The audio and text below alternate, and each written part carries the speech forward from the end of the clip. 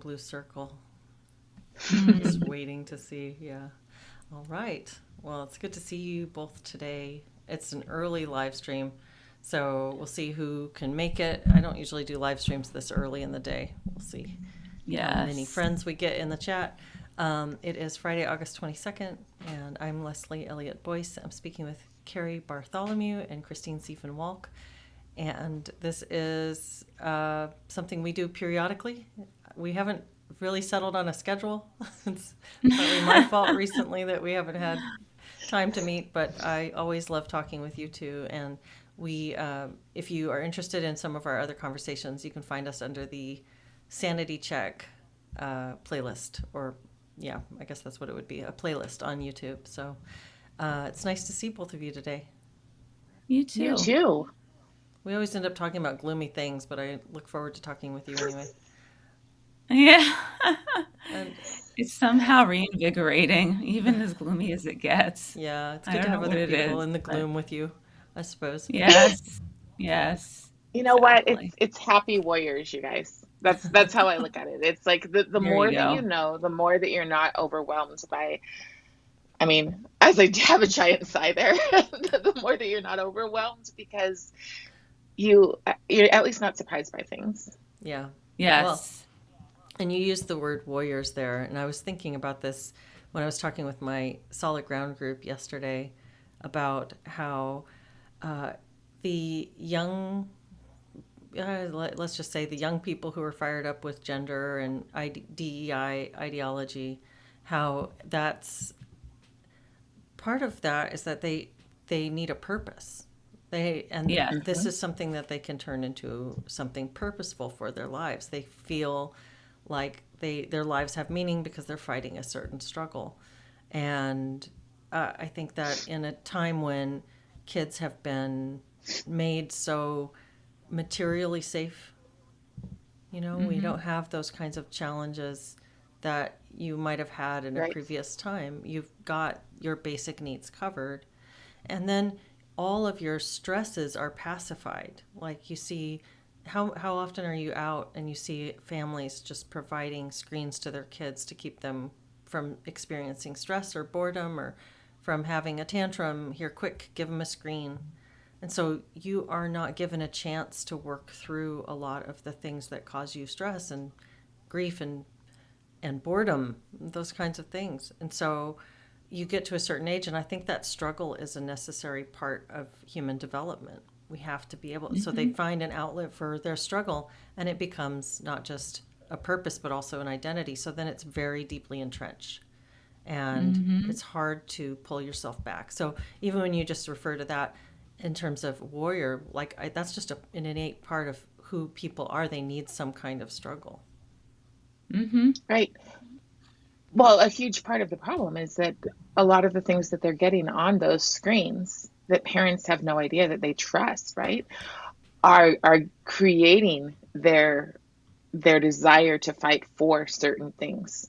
So I don't know if you guys have seen the most recent stuff on Roblox, What is it? but there's been a Roblox. Briefly. Roblox, yeah. So there's all sorts of things going on Roblox. Most recently, a 13-year-old was kidnapped on it. But there's What is also Roblox? Will you tell me what that is? It's like Is it a like I TikTok or don't video something? game. Oh, no, It's a no, okay. video more game, like isn't it? Minecraft. It's more like Yeah. Minecraft, I think. So, but you can talk to people in all sorts of I mean, a lot of adults get on it, but more than that, they're intentionally doing things like saying, "Let's kill all the babies." Oh my gosh. And it's bloody, it's violent, and it sounds like blocks. So parents go, great, this is like Minecraft, a nice help, and it's not. So a lot of people, a lot of young people are getting caught up in, like gender ideology and stuff on Mm-hmm. Roblox, and parents have no idea because again, the names are crafty. Mm-hmm. Mm. Sounds And innocent. that's sort of, yeah, sounds innocent. And that's the whole kind of thing around language that we've talked about multiple times. like even with DEI, the word diversity itself is not a bad word. It doesn't suggest, it actually suggests something that's positive. At least it did in the therapy world in the beginning, is that, you work with diverse people. And then equity in and of itself is not necessarily a bad word. It's just a word that describes a state of, the existence or state of something. And then Doesn't it mean obviously equal outcomes? inclusion. It does. Well, it has many. I mean, you have equity in your home. You have, I mean, I think it has Right. multiple meanings. Right, that's So I true. think it was sort of taken, right, and inclusion. I mean, everyone wants to be included. This is kind of what we learn as kids. I want to be included. I want to come to the birthday party. All three of those words separate um, have connotations that are not necessarily always tied to this movement. So we're talking about language here. I'm talking about the other side of it, of the road. And so it's not just the language and the words, it's just what they've become, how they've what they mean now. And that was the biggest Right. issue I had with DE and I was initially, was because that, especially the word diversity, was not a bad word to be talking about. It was actually a very positive concept at one point, and now it's another tool in the woke toolbox, that's being exploited into something else. Well, that's extremely intentional, right? Because they won't take Yes. words that people are going to go, I don't want that. Diversity, that's part of the reason I talk about it so much, is because when people look at me, it kind of gives them that cognitive, wait a second, she's not pro diversity. And it's Hmm. I am pro people coming and having discussions and learning about different cultures. It's just that that's not the goal. It's sort of like ethnic studies. Wait a second, you're Hmm. not a fan of ethnic studies? No, Hmm. because the goal is to dismantle. And the biggest Hmm. one, I just did a video. I've been turning on my camera at noon and explaining a subject for an hour. So I just did one on belonging. Again, belonging, one of those words that sounds like, of course, we want everyone to belong. But if you say we want everyone to belong and your belonging means except for this group, that's not really belonging. So Hmm. I don't know if you can on this. Can you share that image, Leslie, I of the this wheel? on this platform I can't share the Oh, that's screen. okay. Yeah, yeah. So I'll just explain it. Hmm. We've seen the wheel of privilege and power before, right? Well, the new wheel on it, and this is from, I think it's called Just One Voice, is the website. On this wheel, it says Christians are the oppressors, which we've always known. But the next group out is anyone who celebrates Christian holidays. Oh, wow, really? That's the change, the addition. Eh, Hmm. uh-huh. And then the So furthest one celebrating is Christmas, for example, or East, yeah, exactly, or or Easter. Easter. Sure. And then the groups that are oppressed are, and I'm not joking, anyone else. So no other religion is oppressive. Really? Hmm. Hmm. There's definitely not a religion I can think of that There. hasn't that is Oh, yeah. oppressive. Uh, uh, And I just how about religions that are oppressive to women? Can we just elephant in the room here? Hmm. That have laws that, are to keep women hidden honor and killings. completely, yes. I'm sure Yeah, So that that's not Christine, considered. your family's Yeah, Coptic Christian, right? correct. right. And so you Yeah. probably have a lot of contacts and thoughts on this particular topic. Oh, well, absolutely. I mean, it's interesting because part of the reason my parents came to the country was for religious freedom, because they're Coptic Christian in an environment that's 93, 94% Muslim, that's Egypt. And they experienced a lot of suffering over religious battles, I guess. Their churches, were blown up. I mean, my mom had a hard time even going back to Egypt after she had been here for 20 years, to visit because she was so devastated by the time she had left by what they had done to the culture, not the culture, the religion, Christianity, and their inability to practice. And so it was completely decimated. And my mother was very conscientious, even in the States, of ever being embroiled or mixed in with any religious group that would oppress women in the way that was happening when she was growing up and as an adult in a mostly Muslim country where Sharia law is, sort of the gold standard of practice. And Right. that's not to say all Muslims. I'm not trying to make a blanket statement here, but I am talking about certain tenets, core tenets within the religion that by default seek to silence women and keep them covered, and put away. So, yeah, the fact that Christian holidays, and me being a Christian or having grown up that way at least, I'm kind of non-practicing now, but that You would be celebrate the considered. holidays, though? Yes, I celebrate the holidays, right? So, um, that's very disturbing. And Right. it is clearly an agenda, as you said from the very beginning, Cari, and you've said all along. There's agendas behind this. It's very calculated. Yeah. So I just interviewed a man from Somalia, and he told me, he talked about how he was able to come here on a lottery, so he got lucky. But he has a friend who shaves his head on a regular basis because when they're crossing over the desert, uh, sometimes they're captured by radical Islamists. So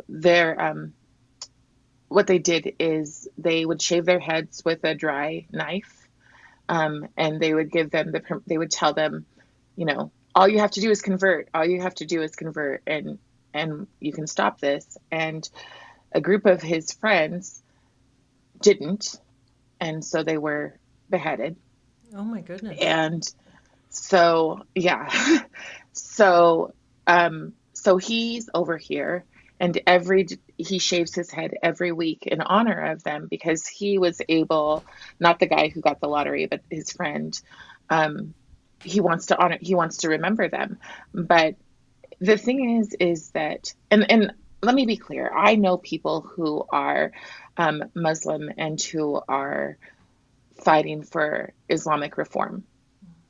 And so there are wonderful, beautiful souls that believe this religion, that this is their religion.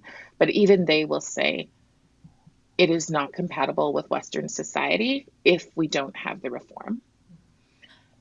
But to what, just to hear these stories, I mean, people are literally being beheaded. The Congo, they came into a Christian church and they cut people's heads off. The UK is celebrating their holidays and punishing 13-year-old girls for wearing the Union Jack shirt because you're not allowed, or Union Jack sweater.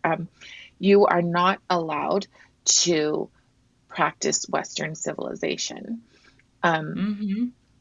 and the main reason for that, you can get into all of the conspiracies, whatever. I don't get into that. I just say one thing, and that is they don't want sovereignty.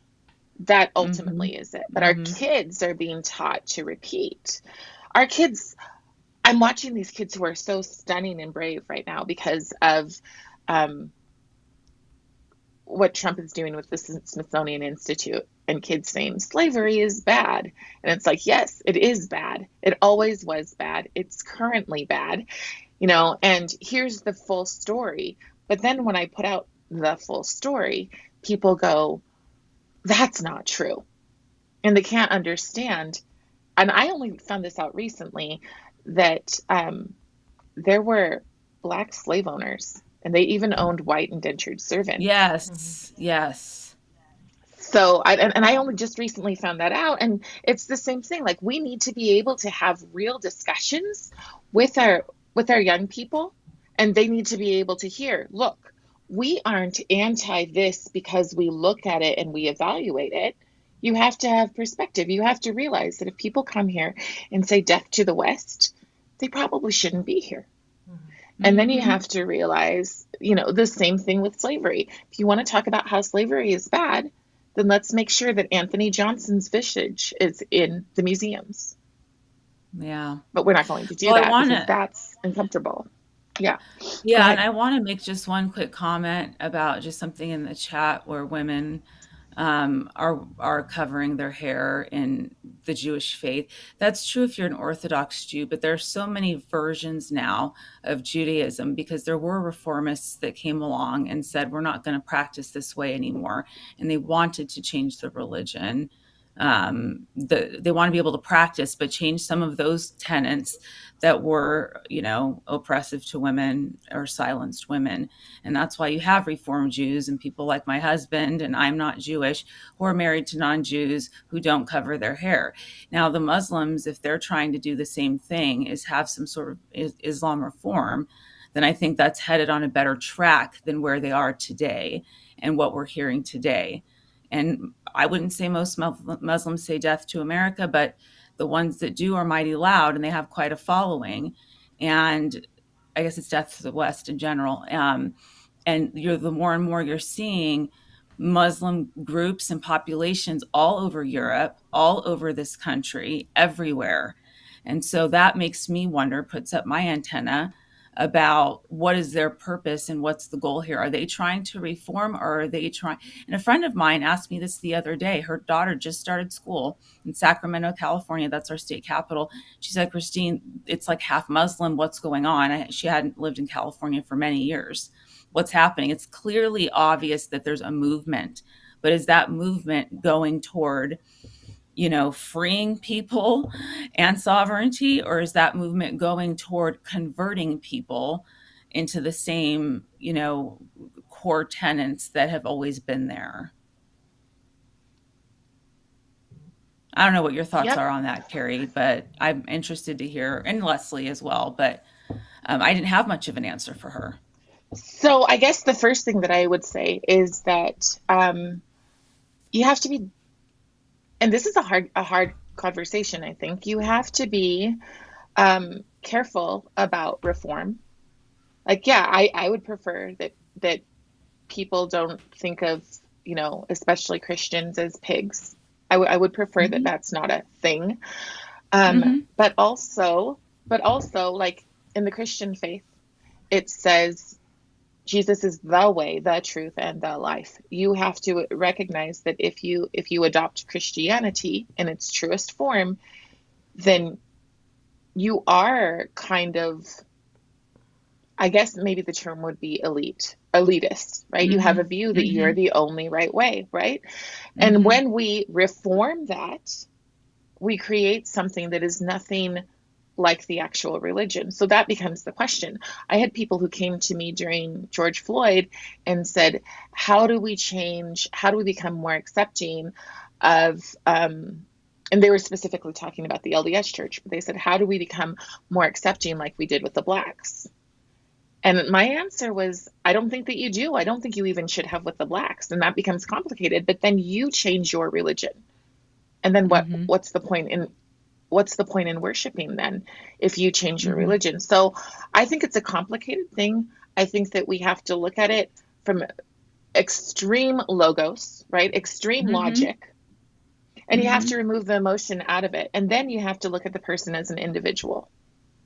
But if an individual, and my concern is that, yeah, in our schools in the UK, the kids are learning how to pray multiple times a day. They're rolling out mats and they are having the kids, these Okay, white so this English kids. takeover, yeah, It's it's not just a real. conspiracy theory. It is very real Yeah, and it is happening every it's day.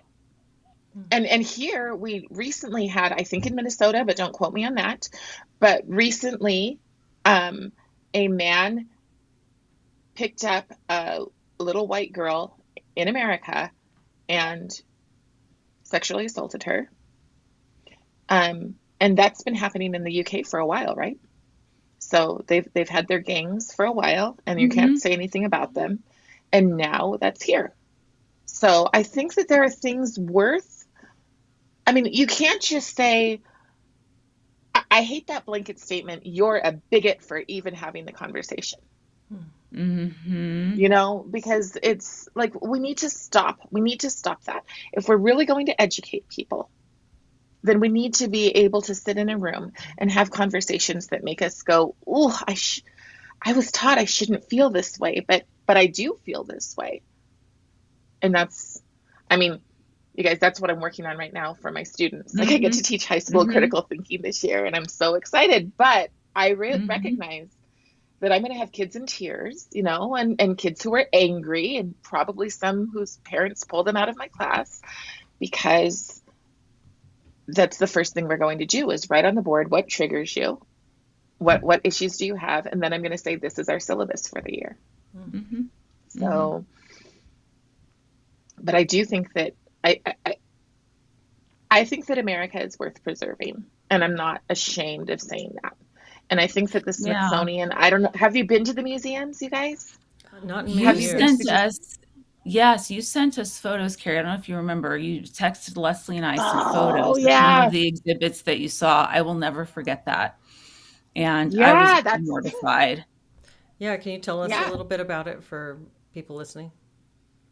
sure. So I went, I think I went the first time. I've gone once a year for the last 3 years. And the first time I went, the museums seemed pretty normal. And I was just like, oh, I've got to take my family back. So we planned a vacation and we went back. And then that time, and it was Pride Month. We were there in July, right? Is July Pride Month or June? June. Anyways, I hate that okay. there's a thing called Pride Month and that I know what it is, but it's June. Mm-hmm. So, Mm-hmm. so the one of the museums that my elderly in-laws wanted to go to, the Museum of Transportation. And when you walked in, it was the Museum of Transportation. Really? They used transportation to Wow. promote gender. Okay. And there was a young woman, there was a bunch of students who were there for awards for their states, and one of them had a huge, this is the winner of her state, and she had a huge presentation on why Trump was Hitler, Oh. and she'd won Yes. for her Yes, I state. And remember. Yeah, and I remember now. Yes. and I remember my husband walked up and he said, so, and he was trying to have, and you have to understand, my husband is like the nicest guy in the world. He's like so many people say you're my only friend. Okay. So he walks up to this young woman and he tries to have a discussion with her and she goes, you're an adult and you're picking on me. It's so fragile, right? Just so absolutely fragile. It was only that way. That's the only thing the kids are allowed to learn. And I think that if we think that what's going on in the museums needs to be evaluated, we need to evaluate what's being taught to children as fact. That is, to me, Oh, is 100%. the most concerning thing ever because these kids who've been getting a steady diet of it for the last 4 years, they are the next generation of voters. And they are not voting even for their own well being because they don't even know what that means. So, They don't even know um, what it means. Hmm. and I honestly never went into the museum, uh, the Black Museum, because every time I've gone, all 3 years, there have been just groups of BLM people, and quite frankly, I've got Black fatigue. Mm. So I do, and I don't want that. And the thing is like I play some of the characters, right? They've got a Harriet Tubman, they've got Elizabeth Freeman, but they're not going to tell the stories in full context. Mm-hmm. I've I've seen that in studying. I've seen like Mm-hmm. PBS's version of Elizabeth Freeman, and when they tell her story, they're like she was angry, she hated, and it's like that doesn't fit with the fact that she was buried in the graveyard right next to the two people who, the lawyer and his wife, the Sedgwicks, and her tombstone said, "Rest in peace, good mother." If everybody thought that they're slaves, if nobody had them as family members, which some of them did, and we're not supposed to say that slaves learned skills, but they did. That's a fact. And some of them, again, they were black slave owners. Some of them married their masters' wives when they died. And some of Mhm. them, like Anthony Johnson, he was a cruel man, and he's the one who brought in chattel slavery. And we're not supposed to have real discussions because they're inconvenient towards an agenda. Will you say a little bit more Mhm. about him? What was his story? Oh, geez. So Anthony Johnson, um, and I think you've interviewed Wilfred Riley. So I picked up the book "Lies My Liberal Teacher Told Me," and in the first one, it talks about slavery. So Anthony Johnson, he was he was a slave himself, and he eventually came to America. When he came to America after his years of slavery, so what it was before was indentured servitude, or a slave Mhm. was a slave for 7 years, and then they were set free and given property as a contributing member of society. That used to be the way that it was. So one he had several slaves, and one of his slaves, I know his first name was John. I can't think of his last name right now, but I'll put it in the comments. So John realized that he'd been, because remember, they don't get to know their birthdays or anything like that, right? So John realized that he was there longer than he was supposed to be. And so as he realized what he was supposed to be, or that he ran away to another person's home, and the other person gave him property, and Anthony Johnson was upset, and he went and he sued to get him back, and he lost the first case, and then he sued again, and when he sued that second time, he was able to have him for the rest of his life. Hmm. Wow. So, and that is how chattel slavery began in America, and we don't Mm. we don't have those discussions, and it's so No. like if you had that discussion, or if our young people knew that on the Trail of Tears there were wealthy Indian chiefs who had white and black slaves walking along that, if that was in the museum, it would shatter the narrative, but it would also be Yes. true, and people would Yes. begin to go, oh, history has ugly parts, Mhm. so maybe we can focus on the good things, the things that we did to turn it around. And I Mhm. think he was a guy from the New York Post who said, America is not hated for having slavery, it's hated for ending it. Mm.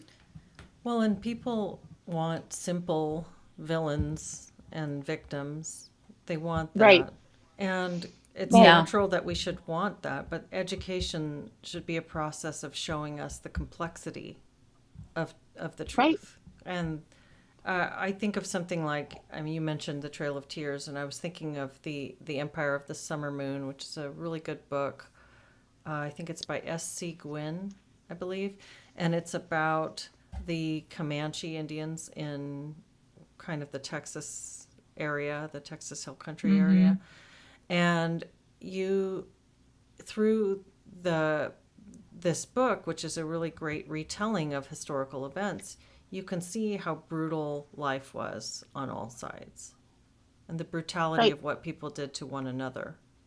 It's not the simple story that the DEI narrative wants to feed us. And the thing that's so galling is not that people want simple stories, it's that we have authorities promoting simple stories as if they're true. Yes. And this black versus white thing, this man versus woman, this Christian versus Muslim, or whatever it is, it's just these stories are not that simple. Humanity isn't that simple.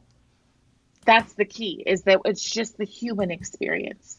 And if we can get to a place where we can say humans are fallible, instead of if you're part of a victim category, then this victim category is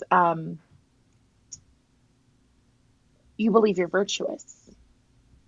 And when you're virtuous, you will do evil things to other people who you believe are less virtuous because it's justified. Well, it's the Mhm. it's That the is, the exception that justifies you breaking your code of values. Like, so we Mhm. can yes, do this here. We can do this bad thing here because the situation merits it. So, but as soon what do as you they say? descend It's into that, you've broken your own value system. right. I mean, they're teaching that it's good to not tolerate the intolerant. That is, that is something that a bunch of therapists were talking about, who are about to What's the hang sue on? schools of therapy. Yeah.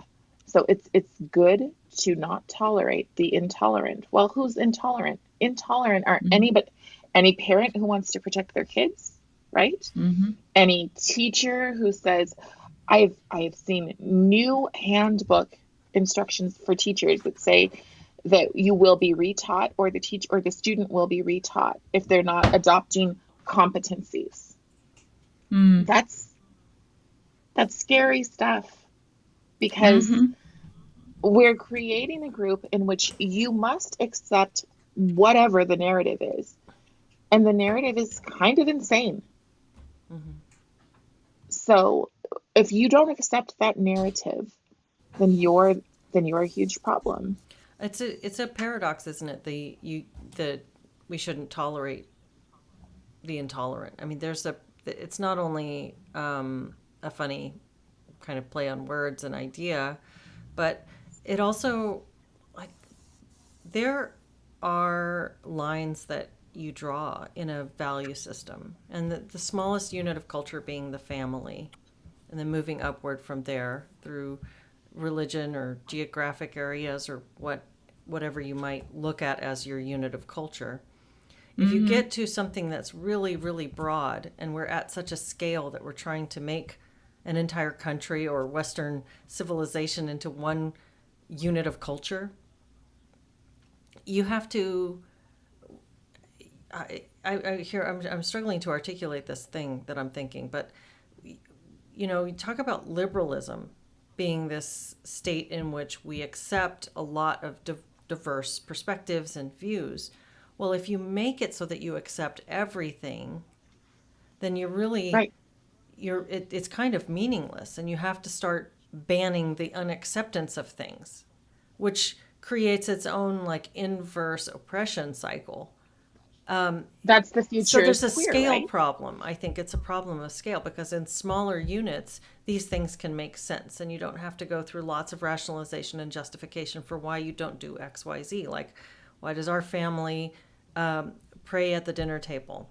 And why, if you came to our house, you would pray with us at the dinner table? Why, you're entering a culture. When in Rome, do as the Romans do. But when the whole world is Rome, then you just have a bunch of people, policing any sign of criticism, any sign that you are not a mono culture that it's supposed to have no boundaries. So you can't really assert boundaries anymore when you've become too big. I'm trying to articulate something that I'm having Mm-hmm. trouble with. Maybe you guys Mm-hmm. can help me. Mm-hmm. Well, it's queer. It's queering the culture to queer, to embrace the quote unquote abnormal, But right? then that So becomes a spiral itself, because as soon as you yes, make Well, it's something marginalized, you right, marginalize the normal, and then that's exactly, abnormal, and so then we have to keep going in some kind of crazy spiral. You can right. never. And isn't that is that well, is it through codes? that's what the dismantling of racism is too, by the way, right? You can't ever be an anti-racist. It never works. When you say Right. that you're not racist, that means you actually are. Your actions need to be something that you are engaged in.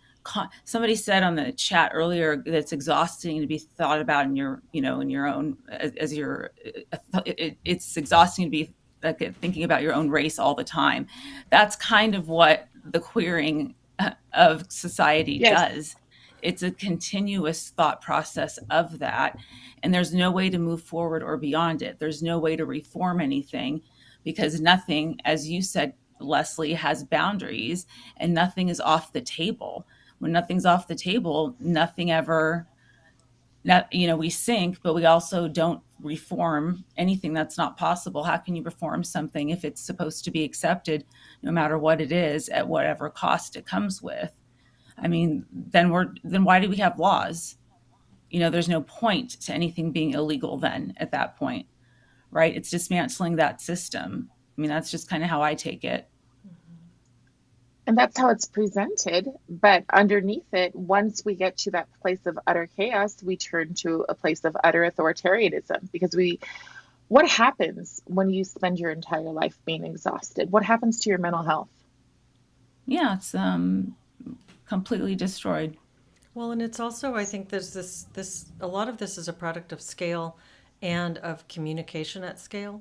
Like I, I can't remember where I was just talking about this, and I don't want to be super redundant for people who've heard me say it already, but there was this guy who did a study about the movement of children in the 70s versus the 90s or something like that.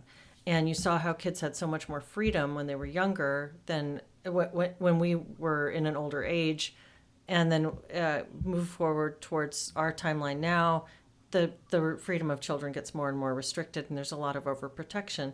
And one of the hypotheses he came up with was that the parents were being exposed to the nightly news, and so because we have a very we're very good at evolutionarily we're very good at scanning for threats. We're threat Yes. sensitive.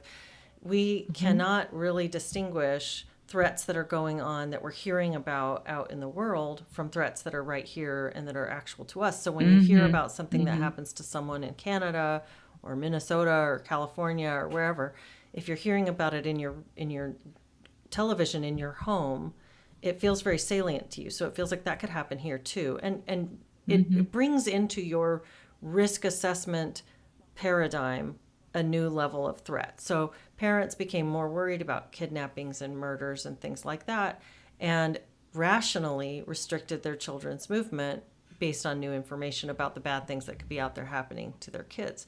And so this scale does that. And I think that the scale also changes our awareness of other demographics. Like if you start to hear black people do this or white people do this, Hmm. then your impression is based on these awful things that have been done by people in that group, and we don't have the ability with our little brains.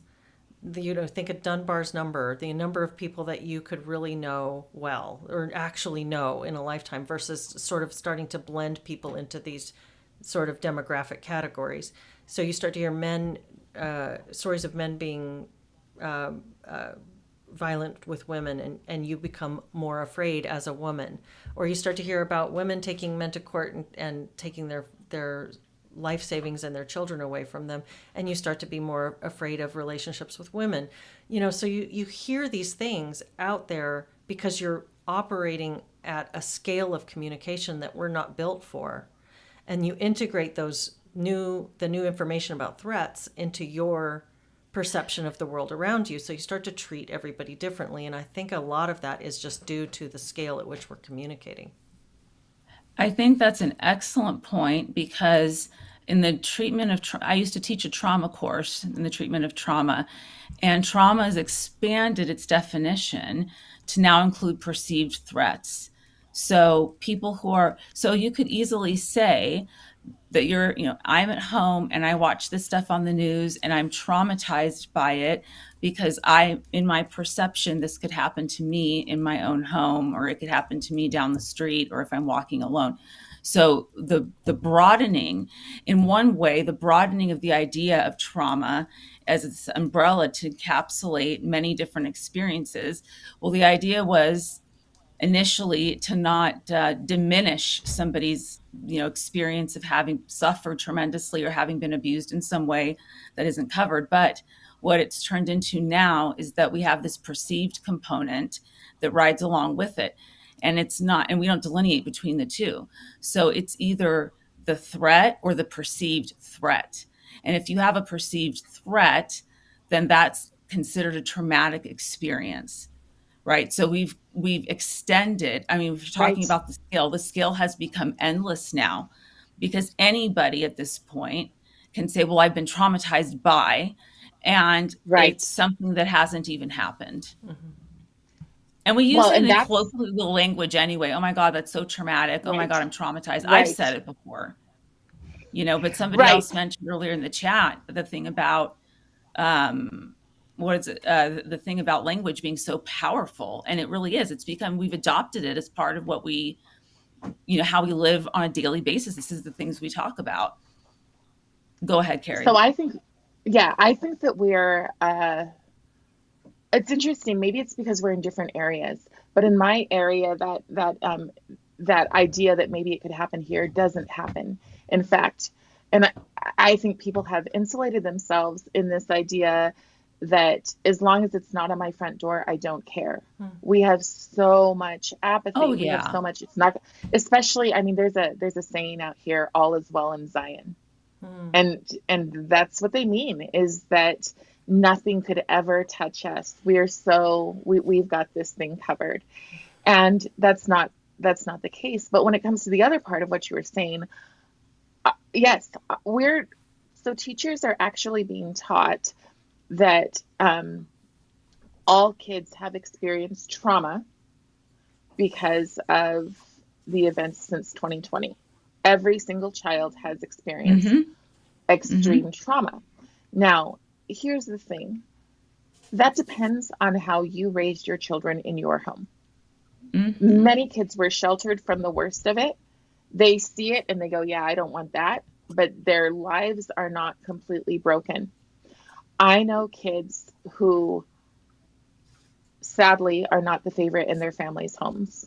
And because they're not the Mhm. favorite in their families' homes, they are leaning towards give me attention at any cost. And so they're doing things like identifying as the other gender because they are desperate for that attention. And you could have seen it 4 years ago as you're watching, Mhm. well, as I was watching Benjamin's stuff, I would watch his stuff and I would go, that kid's at risk, that kid's at risk. And then all of a sudden, my son gets a message, hey, my name is this now, and it's like, of course it is. So I think people need to wake up. And I think that sometimes people lean into religion because uh, if religion is done wrong, because see, what we're supposed to believe about religion is that we are here to suffer. That's part of it. That's just part of life. We're supposed to suffer and move through it and be more resilient because of it. But instead, we're saying kids will be more resilient when they adopt these ideologies. When they Mhm. become more of a global citizen, that's when they're resilient. And that's not resilience. Resilience is knowing something's true and holding on to what's true and making it through the hard thing. This really ties Yes. That's in resilient. to something I wanted to run by you and see what you guys think about this. I think it's the state of Illinois that's instituted um, across the board mental health screenings for kids, and Yes. they're Yep. using a Yes. mental health screening tool, which we've Yes. talked about this before. They were doing these in doctor's visits, in pediatric doctor's visits, and that was Yes. alarming Yes. enough. But now they're doing it Yes. in Yes. schools, and I wonder They what did it at our fair. did they? They did it at I our fair. mean, They had it's free mental health screenings at the fair. But those were at least opt in, I suppose. Like you could walk over and yes. Yes, do it if you wanted. right. But Yeah, this is yes, no, the mandatory. mandatory in the school. Yeah, absolutely. And one of the many, many problems is that they're seeing that the kids who have the mental health disorders or the issues, or they get to skip class and go to the counselor once a week or whatever it is, they're actually getting a lot of attention. They're actually getting to be treated with kid gloves and to be, held tenderly and fragilely, and there's a desire for those kids to have that same experience of being looked at with attention and to be held and to be cared for. So it becomes a contagion. So now your trauma and abuse, oh, well, I have it too. Oh, well, so do I. And this Hmm. contagion basically captures the entire group. So when you're doing this, you're already assuming that there is a severe mental health problem and crisis in schools and among kids. And we're starting from that place. This is supposed to reinforce that. This is Yeah. supposed to reinforce that narrative, and it's dangerous for the kids who end up seeing that those kids get treated differently. They get treated better in Yes. Well, many and ways. also, Christine, I think it mirrors a really unhealthy, abusive family dynamic in that you can Yes. be treated with this extra loving care, But if you say the wrong things, you will be outcast completely. So Yes. you can have all the love in the world as long as you say the words that we want to hear coming out of you. As soon as you think differently, you're not just talked to a little bit differently, you're absolutely cast out. So there's this Mhm. Right. very You shunned. splitting black and white phenomenon going on. Mhm. Mhm. We embrace you into the fold if you speak the way that we want, and Mhm. we burn it with fire if it's Mhm. a bigoted or has free thinking thoughts that Yes, you're add some excommunicated nuance. Yeah. completely. Yeah. Mhm. And I think this the scariest thing is that the people who are in charge of all of this are some of the most bigoted people. My gosh, I will watch ugh, Abby Phillip. I'm not really watching her. I'm watching somebody who's commenting on her, or Joy Reid, who was recently removed. And some of the things that they say, I'm like, how in the world are you platformed? You are only throwing the ugliest things out possible. And you have to understand, like, where did BLM go? BLM went into the schools. That's the curriculum. It went into the schools. So it's not hiding. They're Mhm. teaching what they believe. These people who honestly believe that certain people, specifically starting with white males and moving all the way across, right? Because you cannot, and I know I've said this before, but you cannot teach kids to hate and to resent and to always look for the worst, which is what all this does. This whole stop teaching Mhm. doom and gloom in schools, because you cannot do that to people and then expect that they're going to turn it off when one group is gone. No, because they've been trained to look for the worst in everyone. And that, I don't know, for me that's why the work cannot stop. And I hate to use the work, but but that's what it is. And it can't stop because you're teaching intentionally people to constantly want resentment. And the reason why is so that you can dismantle the system. And what's crazy about that is so many of the people who have the voice, who have the platform, are using capitalist tactics to improve their lives while saying that this is the worst thing ever. Mhm. Mhm. The hypocrisy. Mhm. Mm-hmm. Absolutely. And why do we choose them as experts? I mean, I think they're pawns as well, because I think that Mhm. eventually, when they're no longer needed, history will repeat itself.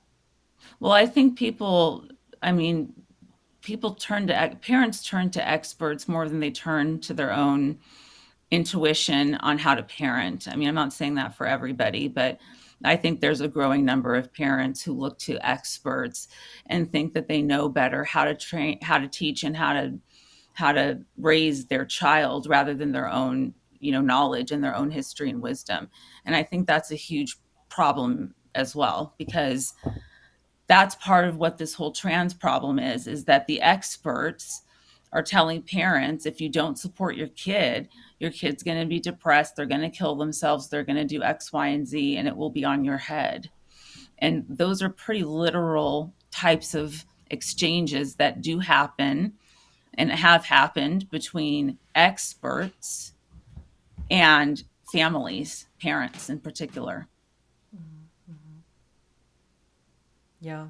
This is why Someone the said, AI stuff, Bob, it scares me quite a bit, because some of the messaging and the advice that some of the AI bots are giving, okay, people are turning yes, to that before they're turning to a human being who's more aware of the nuances and who understands the human experience and has engaged in society in some regards. Yeah, there's this idea. I know I saw this a lot as a young parent that there's a perfect way to do this thing. I think we all feel like we're trying to figure out how to do life right or whatever it is, parenting, Mm-hmm. this particular challenge, and so you have all these people who've written these books on it, who've studied these things, who become the expert on doing it this way and tell everybody that this is the way you must do it. But in fact, for most of the things that we encounter in life, there are a variety of ways we could design a response to that, or a way to work with that. And it comes down to something rather arbitrary, why we've figured out how to do it in this particular way. Why do we organize our life in this particular way? And as a parent, I learned a lot of humility Mm-hmm. because Mm-hmm. I went from thinking I'm doing it right and these people are doing it wrong. They're too permissive or they're too strict or they're too whatever, but I've got it right.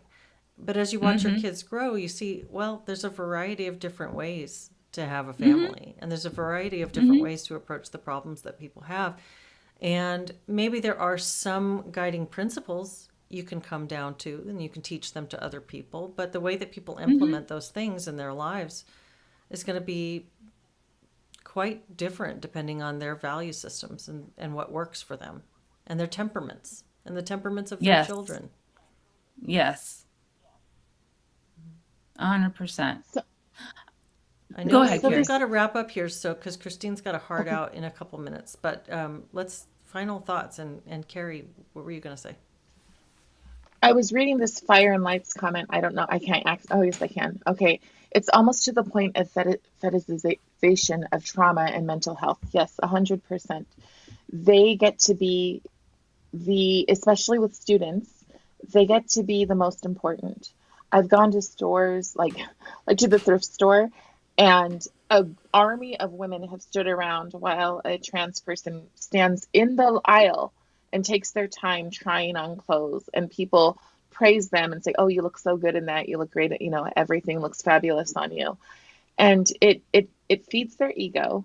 And I do believe, and maybe that's a discussion for another day, but I do believe that we're intentionally turning kids into narcissists.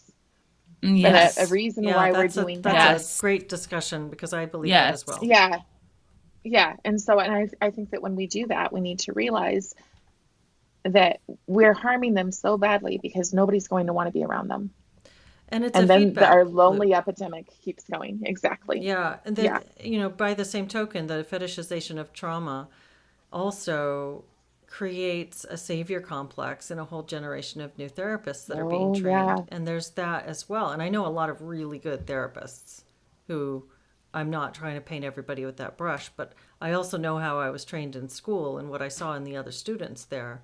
And I saw what was trying to be engendered in us. And it's a know it all savior complex. I am the one who Mm-hmm. knows. I am the expert. And I Mm-hmm. know better than you, Mm-hmm. and I'm here to save you from your trauma. So there's that as well. Mm-hmm. Yeah. When I was in school, we thought the expert in the room was the person themselves, was the expert of their own lives. And we were there to be a guide rail, essentially. Yeah, I like that perspective a lot more. And it's, It's the more but as you're classical saying, it's kind of perspective. getting crushed. Yes. Mm-hmm. Yeah, absolutely. All right. Well, I know we got to split, so being respectful of everybody's time today. Thank you so much for making time to talk with me. It's always a pleasure to speak with both of you. And thank you to everybody Oh, who we joins love us in it. the chat. It's great to hear You from Yes. everybody. can I just make one shameless plug because I Yeah, can please do. today? Yeah. All right. It's my birthday and I am only 22 subscriptions short of my first 1,000, which is really, really tiny. I know, but for me, it's a big deal. So please go like Cara Barcel. I put out a lot of content on what's going on in education. Thank you. Yeah. Make Carrie's birthday a happy Absolutely. birthday. I'll stick the link in Yeah. the video description and like the video if you guys enjoyed the chat and go follow Carrie. Happy birthday, Carrie. Thank Happy I you. thought you were going to say birthday. you're only 22 and I thought you couldn't be a day over 21. Ah, See, yes. somebody told me you're 30. And I was like, I still love you. You have no idea. I'm good with that. So yeah. Awesome. Yeah. All right. You Uh, guys have a great So day. much fun. You yeah, too. you Have a too. great Have day, a good weekend, everybody. everybody. Bye for Thank now all. you.